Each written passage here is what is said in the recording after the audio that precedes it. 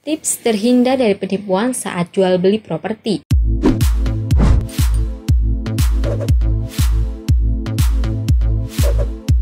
Bos, jangan mau jadi korban ya. Zaman lagi susah, penipuan semakin marak terjadi. Semua orang butuh makan, beli makanan butuh duit. Segala hal dilakuin biar dapet duit. Tapi rata-rata orang nggak mau susah, maunya kerja gampang, dapet duitnya banyak. Ngepet aja bos, canda. Ya begitulah kehidupan yang indah ini. Segala hal dilakuin termasuk yang ngerugiin orang lain, dengan cara menipu orang lain salah satunya. Kasus penipuan tidak hanya terjadi pada sektor jual beli barang saja, pada jual beli properti pun sering terjadi.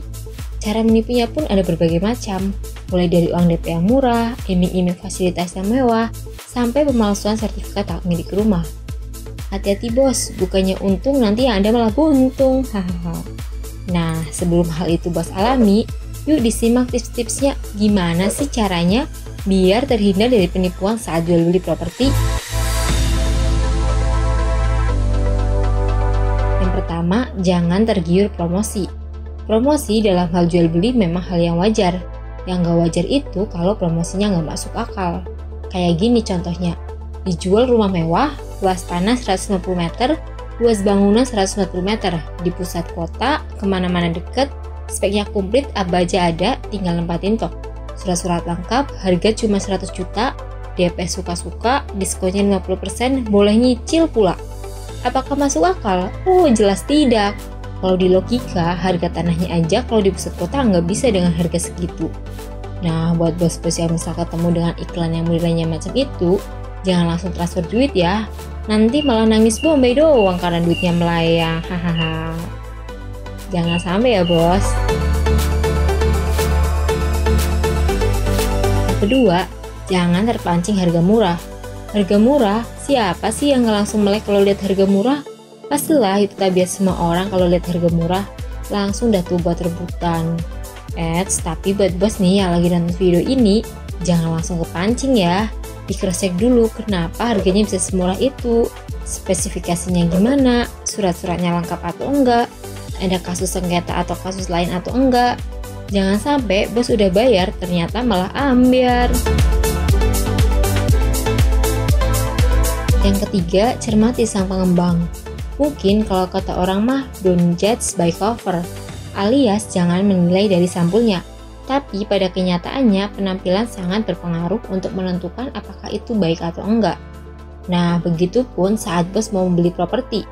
Teliti siapa pengembangnya, apakah pengembang sudah memiliki izin resmi pihak terkait atau belum. Izin resmi tersebut itu isinya ada izin penggunaan lahan, rencana tata ruang lahan atau wilayah di kabupaten dan kota, termasuk izin mendirikan bangunan. Keempat, teliti fasilitasnya.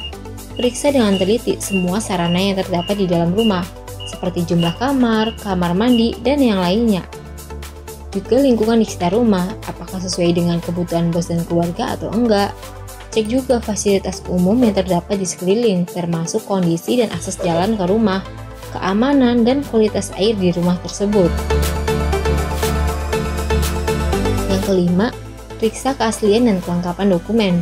Memeriksa dokumen merupakan langkah yang penting saat bos mau membeli sebuah properti, apakah dari pengembang maupun dari pemilik lama. Jangan sampai bos tertipu dan membeli sebuah properti yang sedang dalam kasus sengketa. Kalau dokumennya masih disimpan di bank, cek lagi. Bos bisa meminta bantuan notaris atau divisi legal bank untuk memeriksa keaslian dokumen tersebut. Pastikan juga si pemilik memiliki dokumen lengkap yang biasa digunakan untuk mengajukan kredit, seperti fotokopi perjanjian kredit, fotokopi sertifikat berstempel bank, fotokopi izin mendirikan bangunan atau IMB, fotokopi dokumen pajak bumi dan bangunan atau PBB yang sudah dibayar. Dan yang terakhir nih, jangan lakukan pembayaran ke selain pengembang atau pemiliknya. Soalnya gini, ada beberapa oknum marketing atau agen yang mengaku kalau proyek perumahan yang akan bos beli itu adalah proyek dia, padahal bukan. Biasanya oknum ini akan meminta untuk pembayarannya di tempat lain, bukan di kantor. Nah, ketika DP udah dibayar ke oknum ini, uangnya nggak dikasih ke kantor, tapi dibawa kabur bos. Kejadian ini memang nggak sering terjadi. Menurut kami, paling dari 300 agen atau marketing, ada satu yang berbuat kayak gini. Makanya untuk pembayarannya tetap lakukan di kantor pemasarannya atau ke rekening PT-nya ya. Nah, kalau bos mau beli atau investasi properti, bisa di SketchUp Properti aja. Udah jelas aman, insya Allah terpercaya, amanah, dan berkah.